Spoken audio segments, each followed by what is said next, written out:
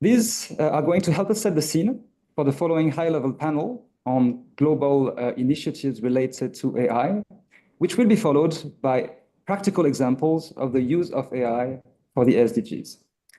So without further ado, I would like to invite Helena McLeod to deliver a welcoming remarks. Helena, thank you again for being with us, and the floor is yours. Thank you, Romain, and it is lovely to be with you all today. It's such an exciting area, isn't it, AI? It's something that some of us know a huge amount about, but many of us are still learning. I'm a big believer that as organizations and as individuals, with the challenges that we're facing in the world today, we need to accelerate the speed of what we deliver, improve the quality of what we deliver, and increase the scale of what we deliver. And in all of these areas of green growth work, AI is going to enable that. And isn't it incredible how it's transformed the global financial community, and the largest companies in the world are now AI companies? What we're seeing is how, whether it's buying pharmaceuticals, AI has a place in terms of monitoring methane. AI is improving the quality and reducing the cost of monitoring methane emissions. It's creating incredible new art, but it's also being used in ways to manipulate the truth, undermine the truth, potentially create conflict. So it has that incredible opportunity to do amazing good, but also to do amazing bad. So in that regard, the recently adopted UN Pact for the Future and Global Digital Compact are really important steps forward. The compact itself recognises the immense potential of AI systems to accelerate progress across all of the Sustainable Development Goals, while it calls on countries to work together to enhance the international governance so that we really do protect humanity. So we will need to work both globally and inclusively on AI governance, and ensure that it takes into account the reality that we actually live in, which is a very unequal global world, where we have very high capacity countries, very low capacity countries, and even within those countries, different levels of capacity. And bringing together the innovators, the solution seekers, to really ensure that the way forward is one that forges good for all. So that's where GGGI is. We are looking internally in terms of our operations at how we can integrate AI in very efficient and effective ways into our systems, to really augment the impact of our work and the efficiency of our work. But we're also dedicated to ensure that we support an equitable transition forward in terms of AI and engage with other partners who seek the same. So I look forward to the session today and walking the journey together on this very important topic. Thank you. Thank you very much. Thank you very much, Helena. You've made several important points in your remarks, particularly, for instance, the need for both global inclusive AI governance to consider the effects of environment, but also for practical support on the ground to countries to build their capacity and infrastructure. So with that, I would like to invite our next speaker, Mr. Thomas Lamanoskas, the Deputy Secretary General of the International Telecommunications Union, to come to the floor with this video message in order to deliver his remarks. The ITU is for several years already at the forefront of global discussions around the use of AI for the SDGs. And it provides a neutral platform for stakeholders to build a common understanding of the capabilities of AI technologies, but also how to facilitate trusted, safe, and inclusive development of these. Let's now hear Mr. Lamanoskas' keynote message. Artificial intelligence can drive green growth in more ways than we can currently imagine. AI enhances resilience, and yes, AI can cut greenhouse gas emissions. If it's done right, I'm honored to address you on AI for green growth and sustainable futures. And I extend ITU's heartfelt thanks to Director General Frank Reisberman and the Global Green Growth Institute for this timely session. AI-powered processes and decision-making can help achieve all 17 UN Sustainable Development Goals. The brand new AI for Good Impact report from INTU and Deloitte outlines fascinating AI use cases for each Sustainable Development Goal. Last month, our SDG Digital Game Changers Awards also demonstrated the power of AI. One winner, K-Water, received it for a digital twin that helps the Republic of Korea's water purification plant running reliably and efficiently for 560,000 consumers. AI systems are especially key for SDG 7, affordable and clean energy. Solar and wind power are as clean as it gets, but they are variable, only generating when the sun shines and the wind blows. To cover the peak demand, they depend on smart grids and plus sophisticated system modeling. And that's where AI outperforms us, humans. AI boosts energy efficiency and reduces carbon footprint across different sectors. For SDG 7, our AI for Good Impact report provides examples of AI systems utilized for optimizing supply and demand on power grids, reducing the energy impact of big data processing and storage, developing better materials for batteries and solar panels. Other analyses show AI could mitigate about estimated 5 to 10% of global GHG emissions by 2030. Dear colleagues, the Global Digital Compact, newly adopted at the UN General Assembly, gives us a robust framework to harness AI for humanity. It didn't start with a blank page. The interagency working group, co-led by ITU and UNESCO, has coordinated UN efforts on AI since 2020. Thus, the UN system stands ready to support an international scientific panel on AI that will be created under the new compact. The UN system white paper on AI governance produced by this group supports and complements the work of UN Secretary General High-Level Advisory Body on AI. Our annual AI for Good Summit, powered by ITU with 40+ UN partners, started 7 years ago, a solutions summit tying AI to the Sustainable Development Agenda. The next edition will happen on 8th to 11th July 2025. At the last summit, the AI policy community, including the conveners of key regional and global AI policy initiatives, joined the private sector and academia for our AI Governance Day, with over half of the attendees coming from developing countries. This too provides a great foundation for the global dialogue on AI governance envisaged by the Global Digital Compact. Our newly launched AI Skills Coalition aims at empowering individuals and communities, particularly women and marginalized groups, with essential AI expertise. This can be transformative. By giving people access to high-quality AI training, the AI Skills Coalition seeks to bridge the AI divide, make this technological revolution inclusive, and fulfill the aim of the Compact to foster international partnerships focused on AI capacity building. As I speak, the World Telecommunication Standardization Assembly opens in New Delhi.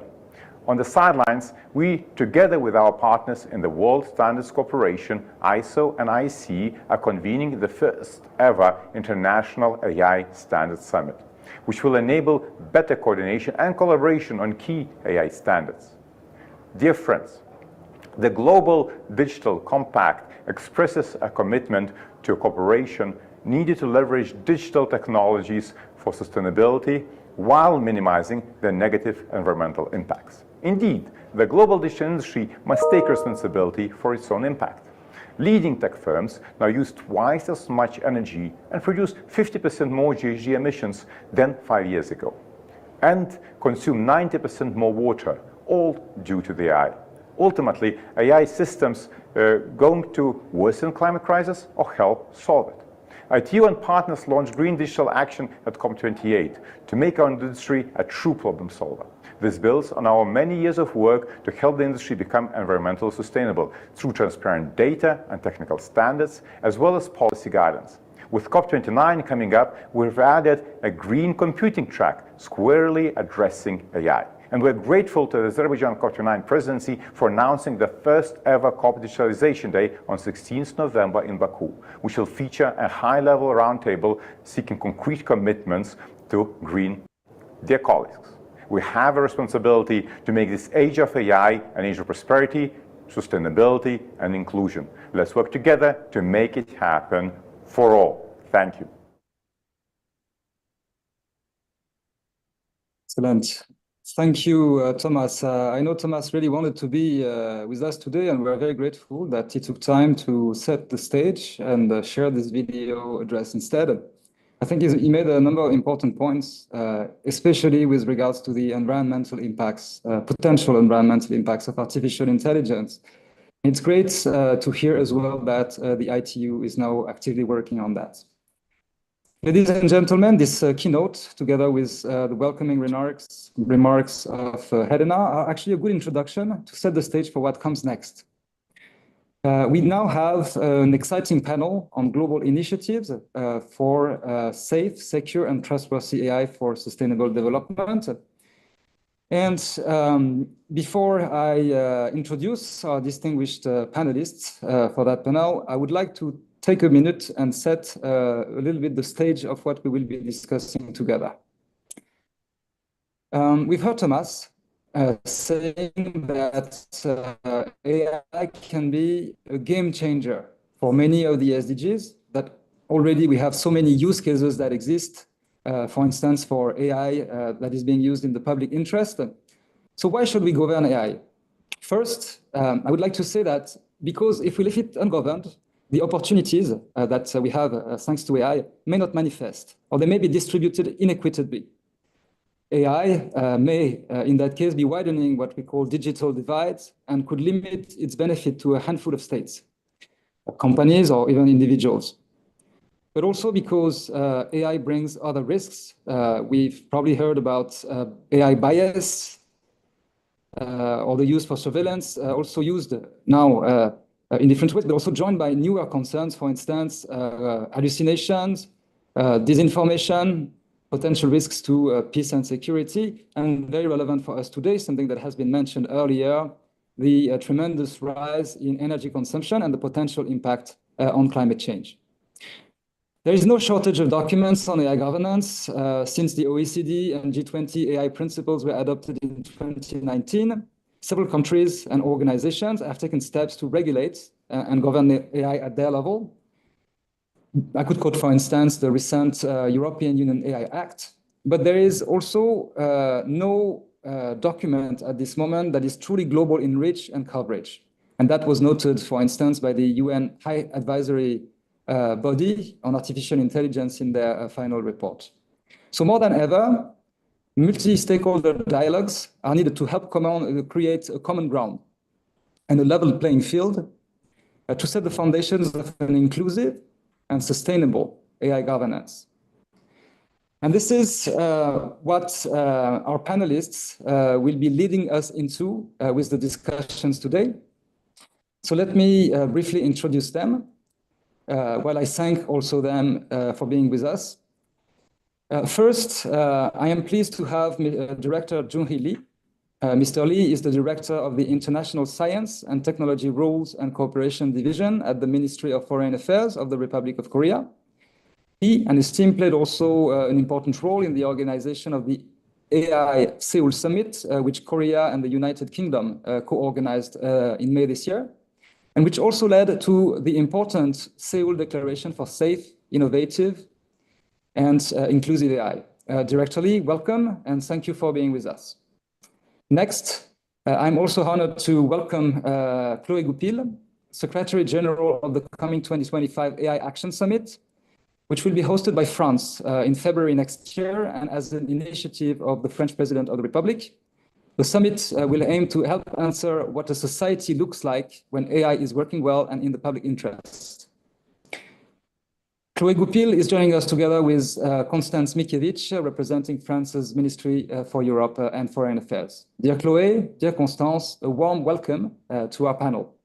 And last but not least, we will hear from Dr. Ferine Ayaz, representing academia, but as well as YAUF in this panel. Dr. Ayaz is a lecturer at the City's St. George University of London and also serves as the lead of the Institute of Electric and Electronics Engineers' Young Professional Climate and Sustainability Task Force. Dr. Ayaz, welcome to this panel. Now, allow me to start with Director Lee. Director Lee, welcome again.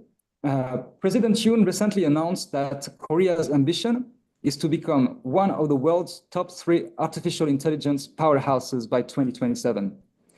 And as we have seen, Korea also plays a key role in shaping global AI governance, as demonstrated by the organization of the AI Seoul Summit. So in that context, could you share more about the Republic of Korea's ambition vis-à-vis AI and priorities, both in link with the Seoul Declaration, but also in link with the coming AI Action Summit to be organized in France? Directly, the floor is yours. Thank you very much. Thank you very much for the great introduction. I'm very happy and honored to be participating in this important session. So regarding your first question, Korea is committed to becoming a global leader in AI by 2027, aligning its ambitions with the values set forth in the Seoul Declaration: safety, innovation, and inclusivity. These principles are seen as interconnected, where safety fosters innovation and inclusivity enhances fairness and broadens participation in the AI ecosystem. By promoting equal access to AI education, Korea aims to equip future generations with the skills to drive and sustain innovation, thereby creating a more capable workforce and expanding consumer demand. This vision is supported by a comprehensive national strategy led by the National AI Committee, focusing on 4 core areas. First, expanding AI infrastructure. Korea plans to significantly increase its computing capacity by building a national AI computing center and expanding private infrastructure with a goal of 2 exaflops by 2030. Second, encourage private investment. With the target of 65 trillion won in AI investment by 2027, the government will support private sector with tax incentives and financial backing. Third, nationwide AI adoption. AI integration across various sectors, including industry, public services, and defense, aims for 70% adoption rate in industries and 95% in public sectors by 2030, creating a substantial economic impact. And lastly, ensuring AI safety and security.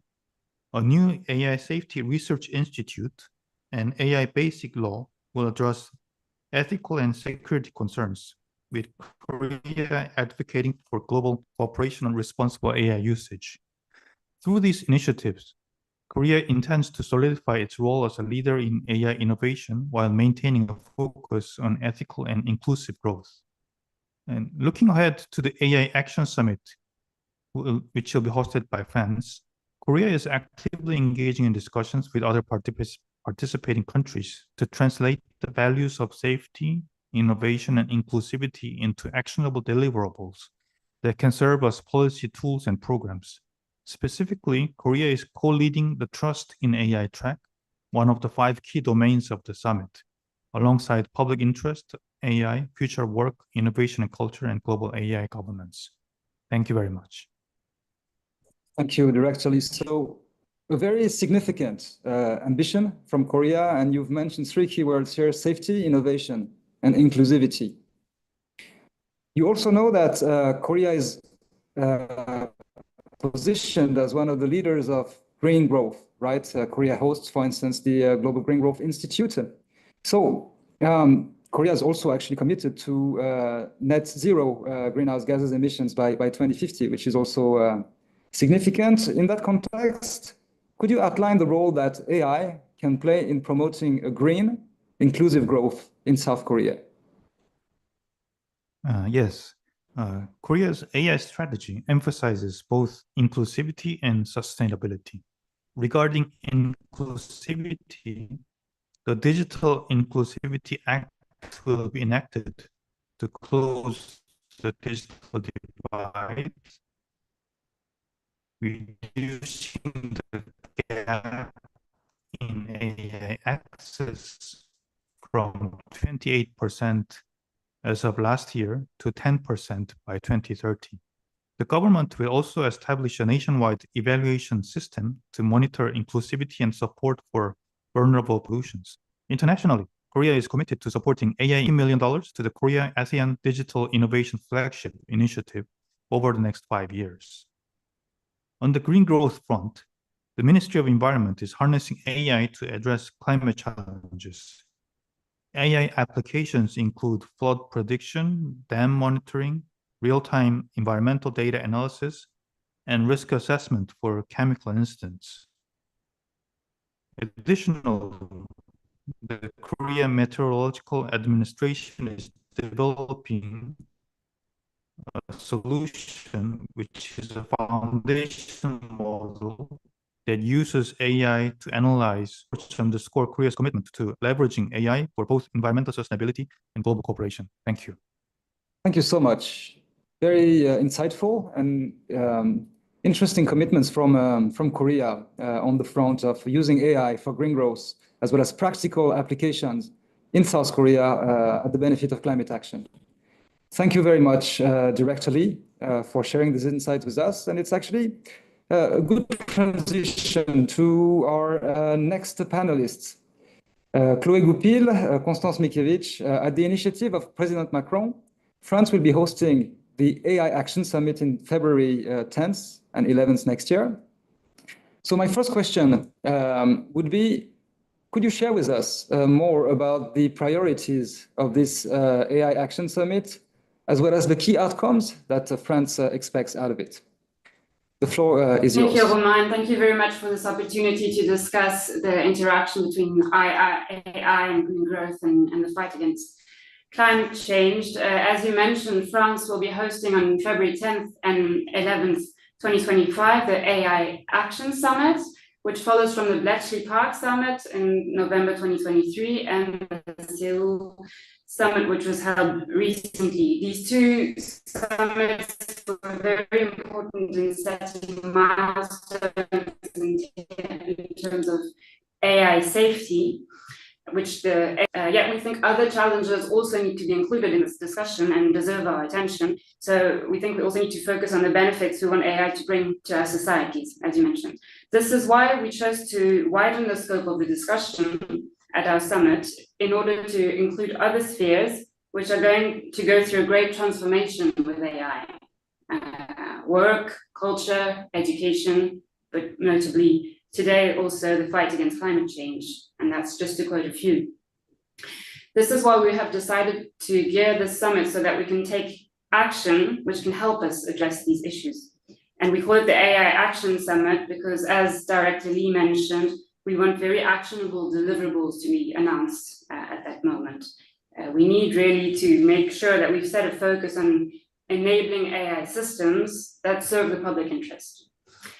In this process, we have adopted a very inclusive approach. This means making sure all partners can take part to the preparation of the summit, and discussions like the one you're having today are very useful on what we call the road to the summit in Paris in February.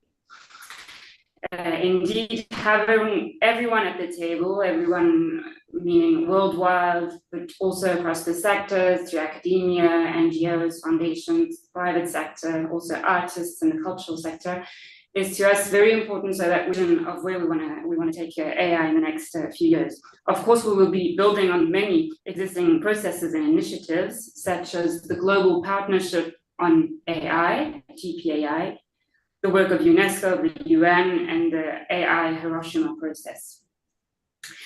Inclusivity also means that we've opened quite a few different avenues of access to the preparation of the summit. We've opened a way for academic papers to be presented beforehand.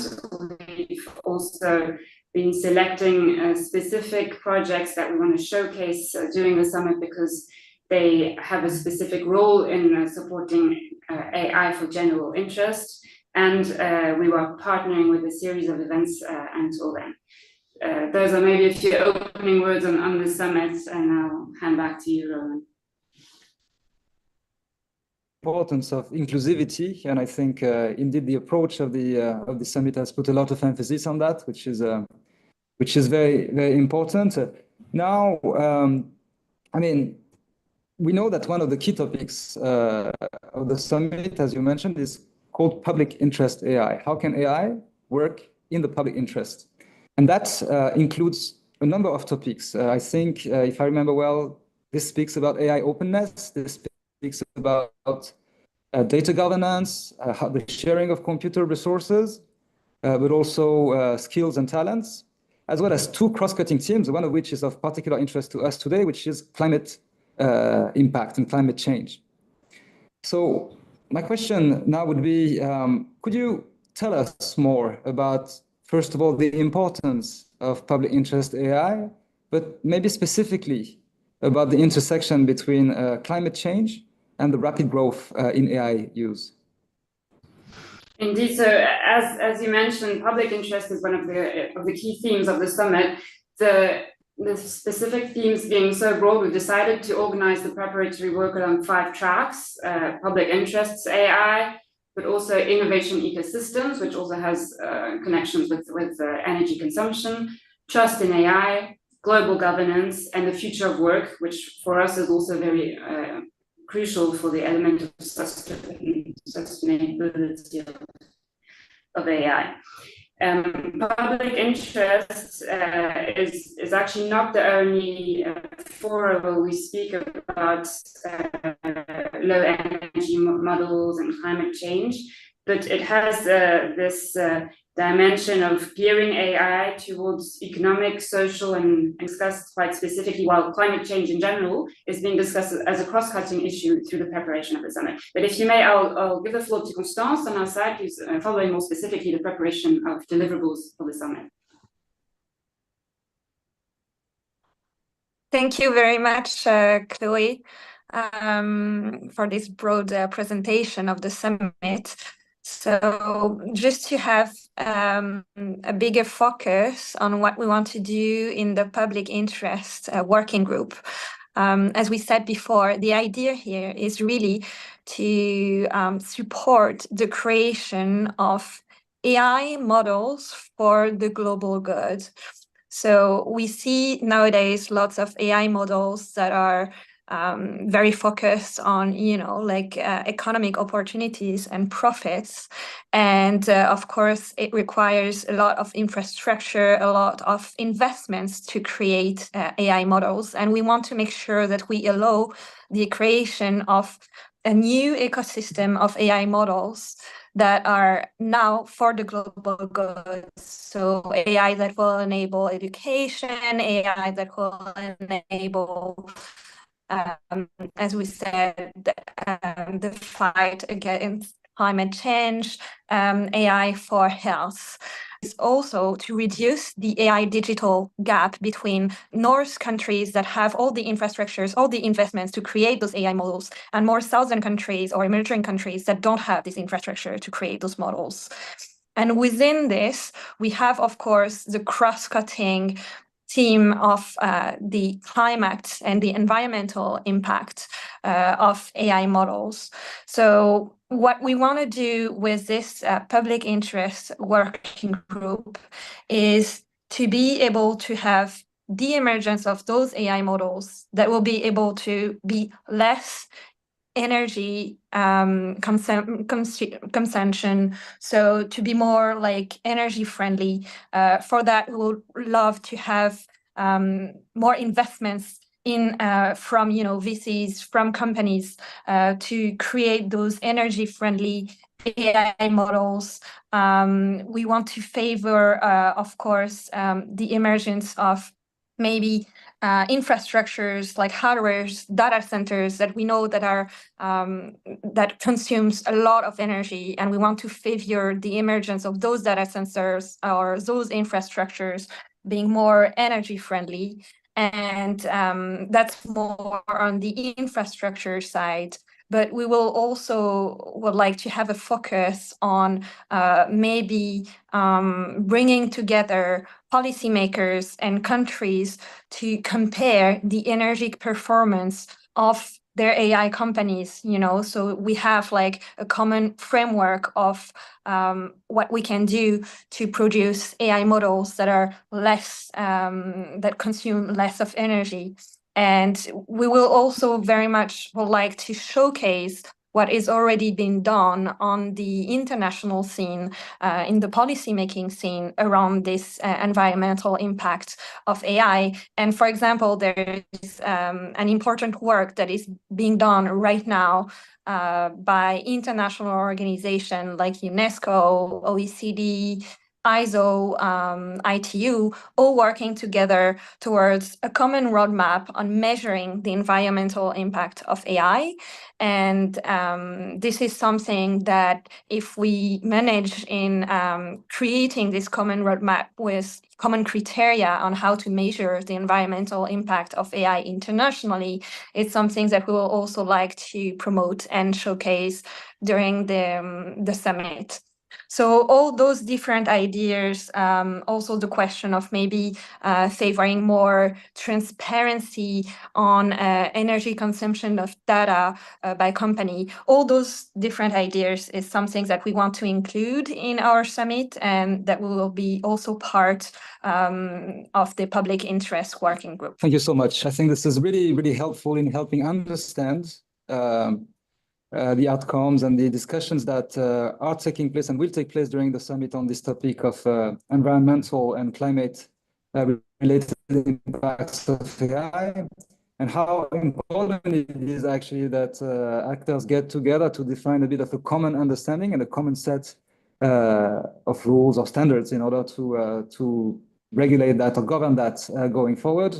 You mentioned indeed that there are a lot of initiatives around that by different organizations. And you also mentioned, in addition to standards themselves, the fact that it's important, and I think this is key as well, to make sure that whatever models we design and that eventually can be applied to the fight against climate change, these are accessible for countries that also need it the most. So with that, I think I'd like to turn to Dr. Ayaz. Dr. Ayaz, I'm turning over to you as a representative of YALF in this panel.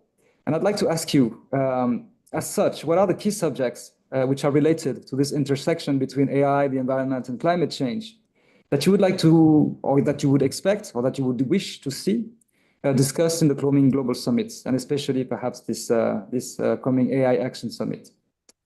Dr. Ayaz, over to you. Thank you, and thank you for inviting me to speak at this panel.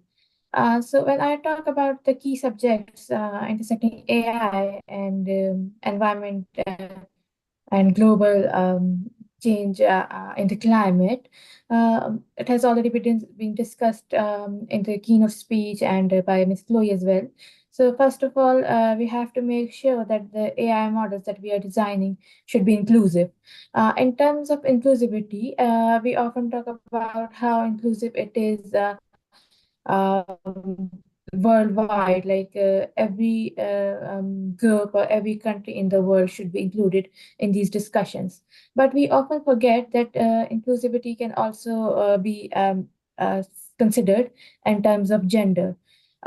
The environment and specifically climate change, with different human physiology, and also it affects men and women differently according to their own psychology. When we talk about climate change, we have seen that the natural disasters are occurring quite frequently due to this climate change. And in some countries, there are some areas that due to natural disaster, the homes of people are affected, they are damaged, and sometimes women do not have access to their basic necessity, including sanitary napkins. So in terms of inclusive AI, we should also make sure that the data being used to train AI must have data from representing all genders and races. And also, when we are determining climate change through AI, there should be a focus on how climate change is affecting women specifically. In our society, that is Institute of Electronic and Electrical Engineers, Young Professionals Climate and Sustainability Task Force, we are developing a guidebook which discusses AI on the topic of energy and climate change. In this guidebook, we have a separate chapter which talks about inclusivity in AI, specifically gender inclusivity. And also, I work for IEEE Women in Engineering Group, and as the representative of that group, I am an ardent supporter of inclusive AI, and inclusivity means not only race or different parts of the countries, but also gender.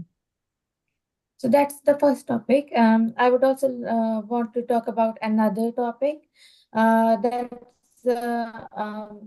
security. And when we talk about safe and trustworthy AI, we know that AI is being used to predict demands of consumers. Predicting demands of consumers, we can have access to the daily lives of these consumers when they are using more energy at home, when they are driving their electric vehicles, from where they are charging their electric vehicles. So that is quite private data, and by the use of AI, we are exploiting their private data. So there should be policies and discussions how the privacy of each consumer can be protected. Thank you so much for bringing those 2 points in the discussion. So on one hand, inclusivity from the point of view of the differentiated impacts that climate change has on gender, and second, privacy. I have one last question for you that I'm going to ask to answer, if possible, briefly in the interest of time, but an important one nonetheless. Which is related to environmental impacts of AI. So we know a key issue is the amount of power consumed by data centers. This is something we've discussed already, and that this is expected to grow tremendously in the next years, and partly because of the rise of AI. So specifically from your point of view, as a researcher, how important do you think optimization and efficiency of computing are to ensure that AI doesn't make climate change much worse than what it already is? Yes, so when we talk about AI, some of the AI models are very sophisticated, and they occupy a large amount of storage space in the computers and consume very high computing power. Obviously, when they are very sophisticated and large consuming power, we get quite accurate results. But in that case, we trade off energy in exchange of accuracy.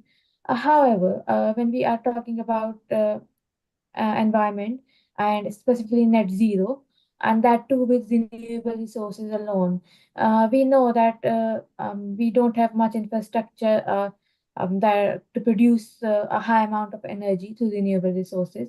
But for net zero, we have to maintain the demand and supply through renewable resources alone. The high energy consuming AI models will have a worse effect on climate change if we are unable to maintain net zero. So that's why it's very important when we are designing AI models. They are optimized. They should be accurate enough, but they must be low energy consuming. As a researcher, we have certain evolving approaches to make energy efficient AI. One of them is tiny machine learning, and also quantum computing and quantum machine learning, which has a relevantly low carbon footprint and consumes less power. Thank you so much. A very interesting opening on quantum computing as a technology of the future that can consume less power. And also important points on the trade-offs between accuracy and energy consumption. I think this is also very, very relevant for our discussion today. Thank you, Dr. Ayaz.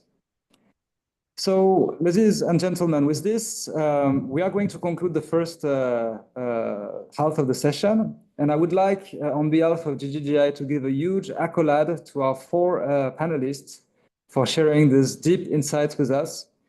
Thank you, directly, Madam Secretary General, Constance and Dr. Ayaz. I think this has been a great discussion. I apologize for the little technical issues we had at the beginning. I hope this wasn't too felt on your end. But I think we've had a really good discussion, and I want to thank you very much for that. With this, ladies and gentlemen, we will conclude the first part of this session on AI for green growth and sustainable future.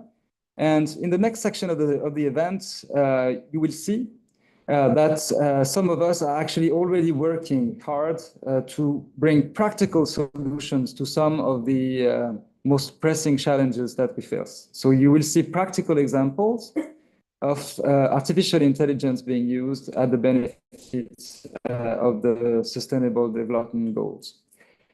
So allow me to thank again our distinguished panelists and now pass the floor over to the moderator for the second part of this session, Mr. As an independent consultant, and he's the vice chair of the ITU's focus group on autonomous networks, as well as the co-convener of the ITU correspondence group on data sets. Vishnu is also the editor for the ITU, AI for Good use cases.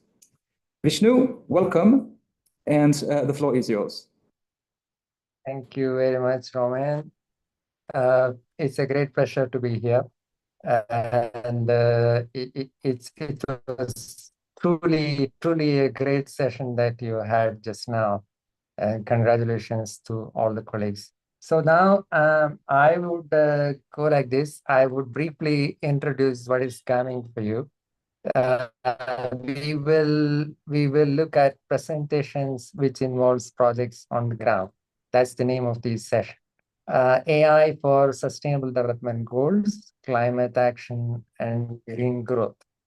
So we have a good set of presentations lined up for you, but let me quickly step back to what Elena mentioned in the welcoming remarks, as well as Thomas, our Deputy Secretary General for ITU, mentioned in his remarks. So we had ITU, as you may know, is International Telecommunication Union. We are all, by the way, in New Delhi, very busy with our World Telecom Standards Assembly. That is once in 4 years, one of the biggest events that ITU conducts. ITU is a UN specialized agency for ICT, Information Communications and Telecom. It's a standards body, but at the same time, we are also quite interested in pre-standardization activities, as Thomas mentioned. One of the important activities that we did is to look at various impacts of AI in the last in this report. And that report is Innovate for Impact, as Thomas mentioned in his talk as well. We first looked at the top 40 use cases or so, some with a range of industries, healthcare, agriculture, telecommunications, transportation, energy, and whatever you have. And then we had an event in Geneva with a focus on AI, SDGs, and standards. So this is where we started off, and then we had the pleasure of having some of the speakers today. Lilibet is here. Innocent was there as well, who is supposed to talk today as well. So these are some of the use cases, some of the tools which came from our studies as well. We were quite impressed. I mean, in ITU, to be frank, these are pioneering efforts. I have to say that we are quite fortunate to hear you guys talk about this today. These use cases are already included in the ITU's report as well. We also have we have a third speaker as well, which is on empowering businesses for green growth from Christopher. So we will get to that as well. But this being the background, I would like to also call upon the speakers now. Lilibet has been an active collaborator for ITU. The one of the tool that I just now spoke to you about, the report that we talked about just now, as well as Thomas mentioned as well. That report includes this, the green growth simulation tool, AI supported. It is one of the best examples that you can find for implementation of AI for supporting sustainable development goals.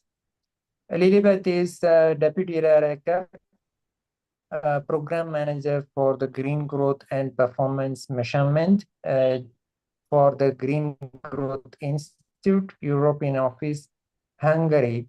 And we also have Janos Aboni, Professor departing for University of Pannonia, Hungary as well. So at this point, can I turn it over to Lilibeth and the colleagues to please take us away? And then we will come back to the other speakers. Thank you very Over much, to you, Visnu. Lilibeth. I hope you can hear me. So I will just share my screen for my presentation. Okay, so I think you should be seeing in a minute. Okay. Let me just put in presentation mode. Okay.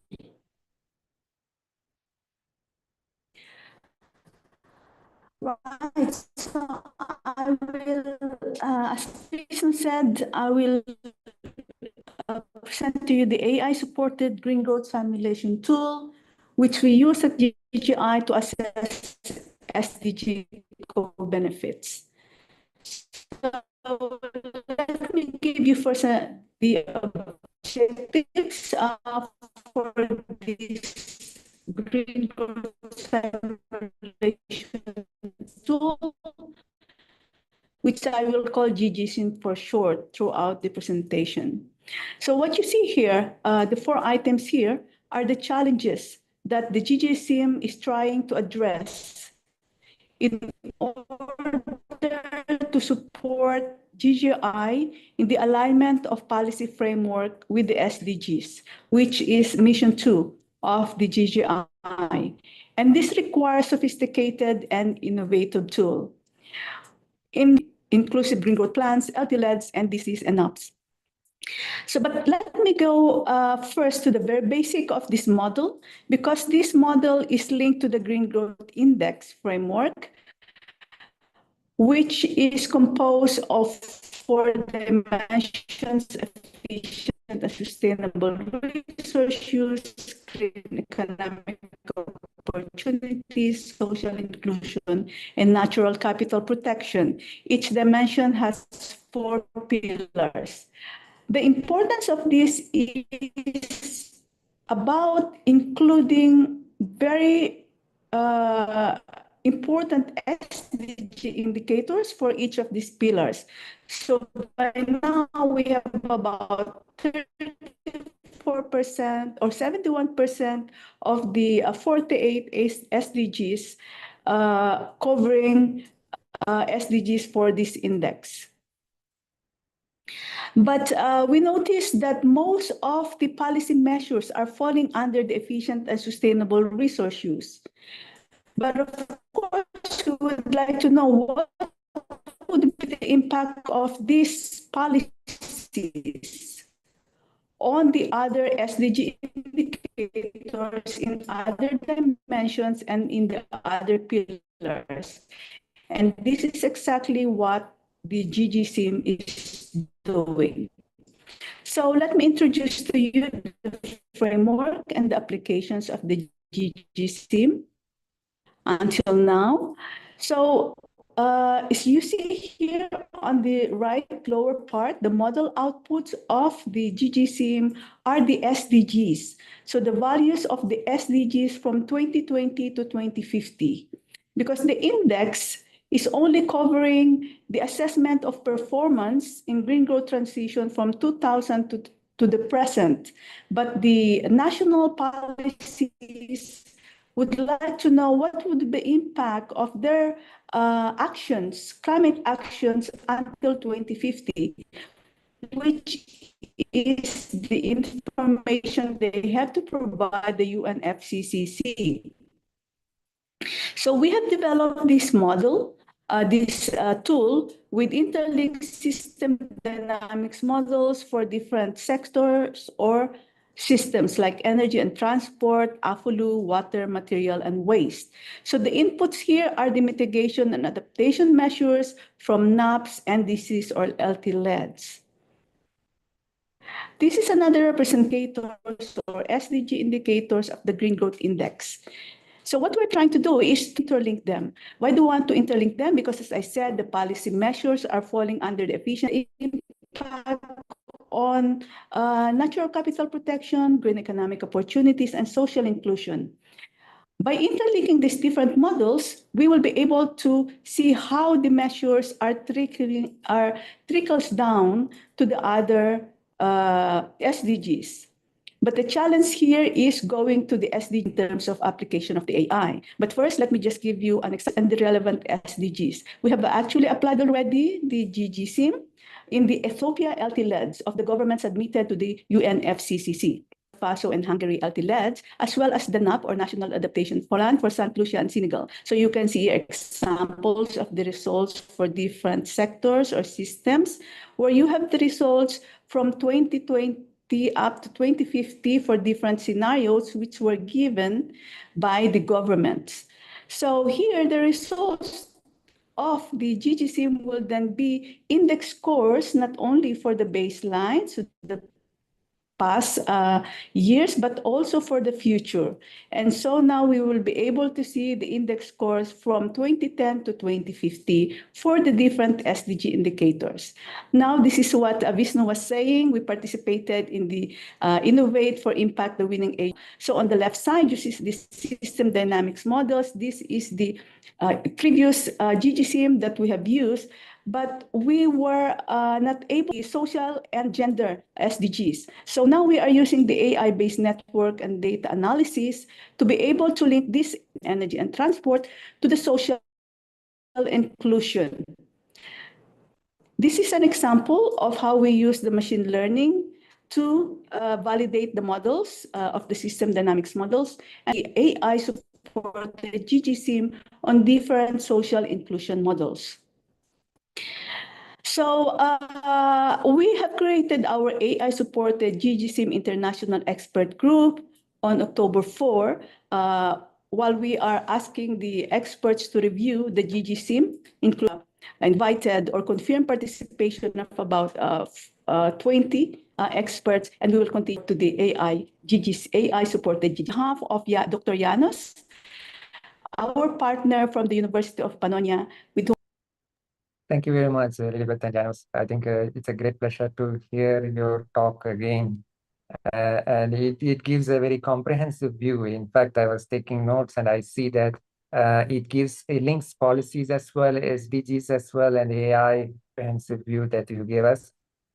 Thank you very much. I will come back and see if there are any questions, but let me just move on. By the way, if you have questions, please put it on the Q&A. And we will take it up if we have the time. We have a packed session. Let me call upon Christopher now. Christopher's talk is on empowering business for green growth, leveraging AI and IoT for sustainable compliance in uncertain times. Oh, that is true. We do have uncertain times now. Christopher is CEO and founder Envirotech Solutions Pacific in Sua, Fiji Islands. So can I please, Christopher, to take the floor now and take us away, please.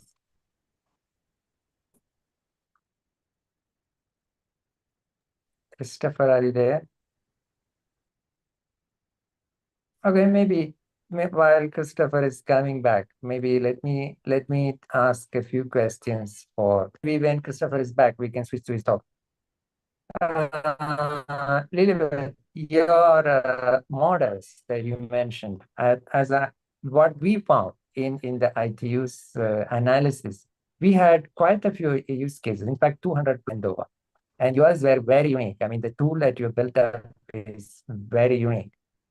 the AI models, before you brought in AI and after you brought in AI, today you actually put in the slides very nicely, which looks at the impact of AI and without the AI, the traditional mechanisms as well.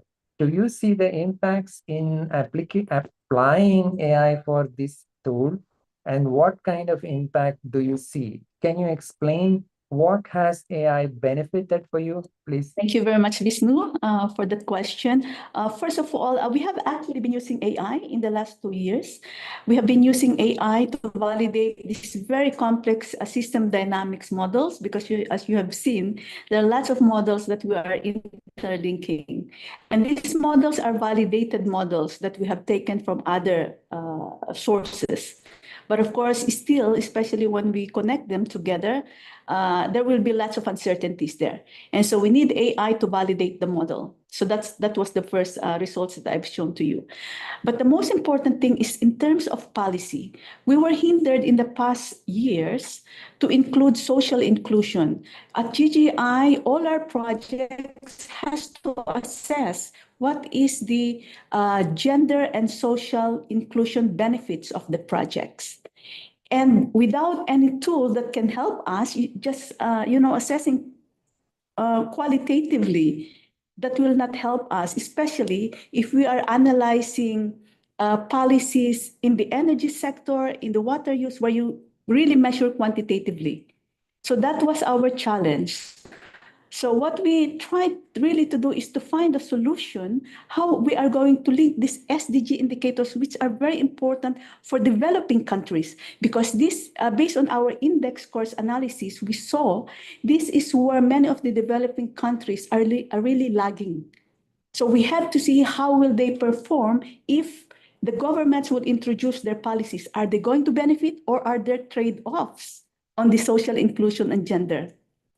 And this is exactly what we were trying to apply the AI. So now we have found solutions through AI. Without AI, it will be impossible to do that. Why? Because there is a lack of system dynamics models.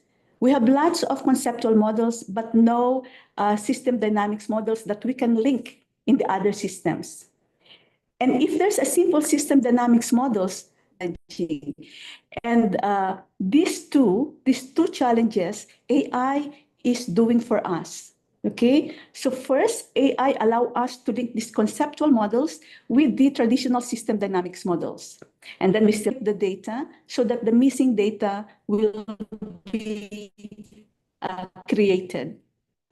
Another aspect is we can use the AI to check whether the proxy variables, okay, so if we cannot really reconstruct the data, at least we can use proxy variables.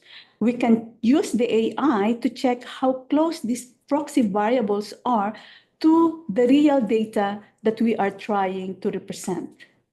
And so these different aspects, with if you could interconnect them through the AI, this is really giving the GGSIM the power that we want it to do for GGI. This is to interconnect the different SDGs of the index. So that's from efficient and sustainable resource use, natural capital protection, the green economy. This is what we have been trying to do and will continue to do with the help of AI. Great. Okay, thank you very much. I think that kind of really relates to the practical aspects, which is the theme of this session itself. Thank you very much, Elizabeth, for explaining that practical link for us. Now, Christopher is back. Okay, great. Just in time. Christopher, I had the opportunity to already introduce you. So the floor is yours. Christopher, please take us away. Hi, thank you, Vishnu. Can you all hear me? Okay, great. Let me just pull this slide up.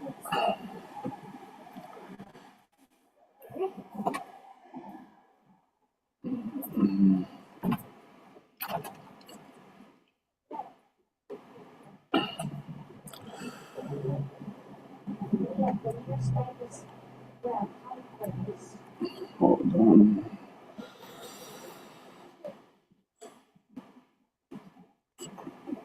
Where is my presentation?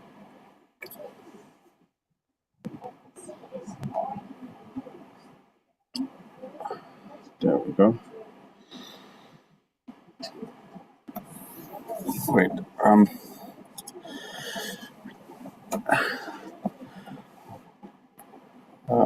Well, good evening from discussions going all around about AI and the practicality. My name is Chris, the founder of Envirotech Solutions. So we're just a small startup in the middle of the ocean, Pacific Ocean, a little over 1 year. And we help businesses, just in a nutshell, we help businesses overcome environmental compliance issues using IoT and recently AI. I'll start off this way. In Fiji, we're a population of less than 1 million. But last year alone, according to our environmental regulations, more than 3,000 businesses were due for environmental compliance audits. A single company was fined close to $1 million for failing to comply with environmental regulations. On a bigger spectrum, the United States of America, by the end of this year, the US EPA, which is the regulatory authority which oversees environmental regulations, is projected to fine American businesses $1.2 billion US dollars in terms of non-compliance to air quality regulations.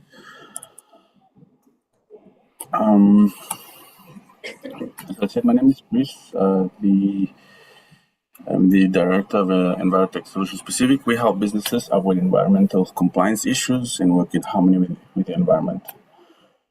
So when you talk about environmental compliance for businesses, it's not really quite a simple issue. We're dealing with a lot of issues. We're talking about air quality, water quality, waste management, solid waste disposal. In this slide, I'm referring to just our own environmental regulations here in Fiji. So these are a lot of issues for businesses to deal with.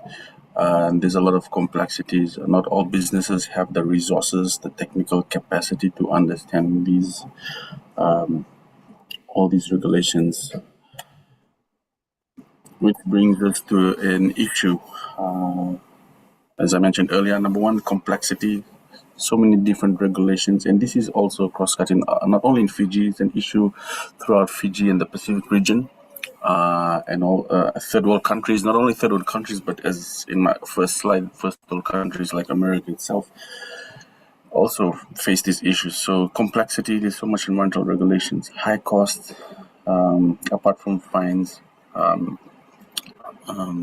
Getting to outsource environmental data reporting. For example, if you're emitting air quality, there's a lot of cost associated with reporting your air emissions, a lot of complexities. So this is something that we picked up as during my 10 years at an environmental consultancy, and I thought that this is something that we need to address. So there's a big, which brings us to a third problem, implementation gap. We saw that there's a big difficulty for SMBs, small and medium businesses, to deploy environmental monitoring solutions. Normally the bigger companies, large corporations, they have the resources, but when it comes to small, medium, micro enterprises, there's a big implementation gap, basically because of the too high cost and complexity in navigating environmental compliance issues. What we've come up with is, what we do is, we've sort of integrated our environmental testing services such as air quality, noise testing, water quality, depending on the requirements of businesses. We provide these services, and that is our first product, and we've developed developed environmental monitoring systems for data. And this is where with these data sets, we integrate the use of AI to build models, predictive models, so that we can help organizations, stay clear of environmental non-compliance issues.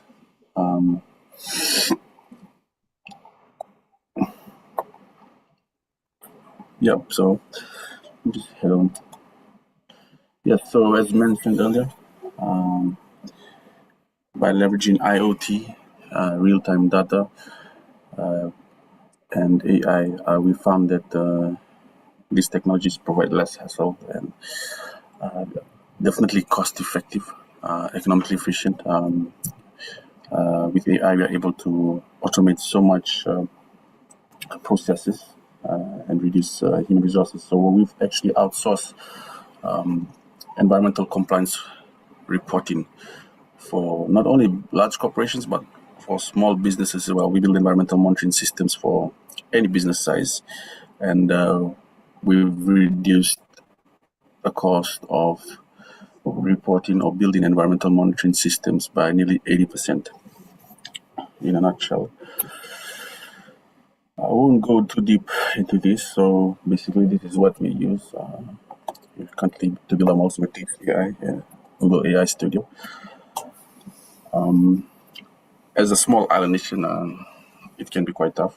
We are still a third world country, but it's sort of shooting above our weight in terms of what we're doing, and it's there's a lot of room to scale and grow, especially in the AI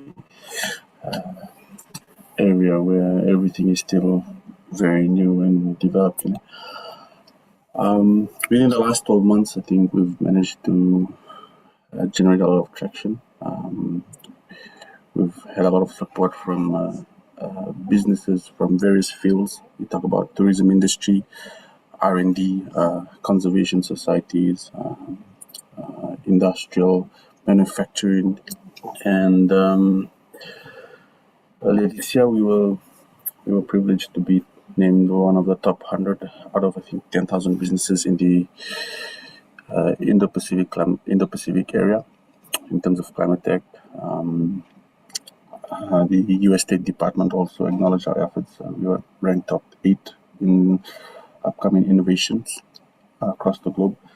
So it's definitely something that is growing exponentially. We've just opened our first office in January this year, still in bootstrap mode, but now we're onto our third office with almost 40 to 50 staff, which is for small countries, again, it's huge, and only goes to show that AI is definitely making waves, and through process automation, we're able to reduce costs for businesses and simplify the complexities of environmental compliance monitoring, not only for large organizations, but especially the small and medium organizations. So I believe my 5 minutes is up. Without further ado, I think I'd like to thank everyone for listening. And this, on behalf of the team at Envirotech Solutions Pacific, I think it's time to thank you all for inviting me here to speak on what we're doing. Thank you very much, Christopher. I think that's a really inspiring story. It's a really inspiring presentation. In fact, it is very interesting to see that you have really put into practice what we are talking about. So I could see that you are using Vertex AI Studio. That's one of my favorite tools also. It's very interesting tool, and also you're using this for sustainable solutions, data analytics, and predictive model. Your verticals are quite interesting as well. I saw that you are having tourism, manufacturing, mining, and research, and as well as you are well recognized. It looks like you're still in bootstrap mode with 3 offices. Wow, I think that's really fantastic. Congratulations to you as well as your colleagues, and it's a great pleasure to have you here. Thank you very much for sharing your experience And I would like to thank the panelists, Lilibet, Jonas, and Christopher today. It's a great pleasure to hear the presentations itself. I have a sheaf of notes here, which is I have to go through later. So yeah, I would like to hand over at this time to Romain, and thank you very much. Thank you very much, Vishnu. And again, thank you very much to our presenters today. So Lilibet and Christopher, I think you've showed us two very different examples of how AI can be used. And I particularly liked, the fact that we have very practical applications of it. You mentioned working in the Pacific, in a developing country, about applications that can be used for small and medium enterprises, for instance, which I think is very relevant to today's discussion. So again, thank you very much. I think it's time for us to close that session, and I'd like to briefly recap some of the insights that we have had the chance to hear throughout. From really the macro, the global perspective that we have at the beginning, to a more focused perspective of applications of AI in some of our member countries, and always at the benefit of green growth and climate action. The first thing is, as I understand, we need a form of global AI governance. We need to have a common ground, a common understanding of a set of rules that will come to govern AI for the benefit of the Sustainable Development Goals, and one of them being climate action. And for that, we have a number of important rendezvous planned ahead of us, one of which is the coming AI Action Summit organized by France next year, which has the ambition of actually being an inclusive summit. And that's very important. We, as the Global Green Growth Institute, as an organization that counts many developing and vulnerable countries in its members, I think this inclusivity is something which is very key. We've also discussed about the risks of AI and the potential benefits as part of the first panel, and in the messages we heard earlier. We have a tremendous potential for benefits. I think this has been said in many important documents. The UN Global Digital Compact is an example, but also some risks that will need to be managed. And one way to do that is actually to have this kind of a global framework in place for us to govern artificial intelligence. We've also seen some practical examples of AI for good, or AI for green growth. Lilibet and the team in Hungary, the University of Pannonia, working together on how to use AI to empower or to power more accurate simulation of green growth. A very interesting and important example. And Christopher, in your practical example of using AI for environmental monitoring. So again, on behalf of GGGI, I'd like to thank all of you, panelists, speakers, but also presenters, as well as you, Vishnu, for being our moderator for that second part. I think we've had a very interesting session, and I wish you all the best. Do stay tuned on other sessions of the Global Green Growth Week. There is more to come across the week. And do stay tuned as well about the work that GGGI does on artificial intelligence for climate and green growth. Thank you very much. Thank you. Bye-bye.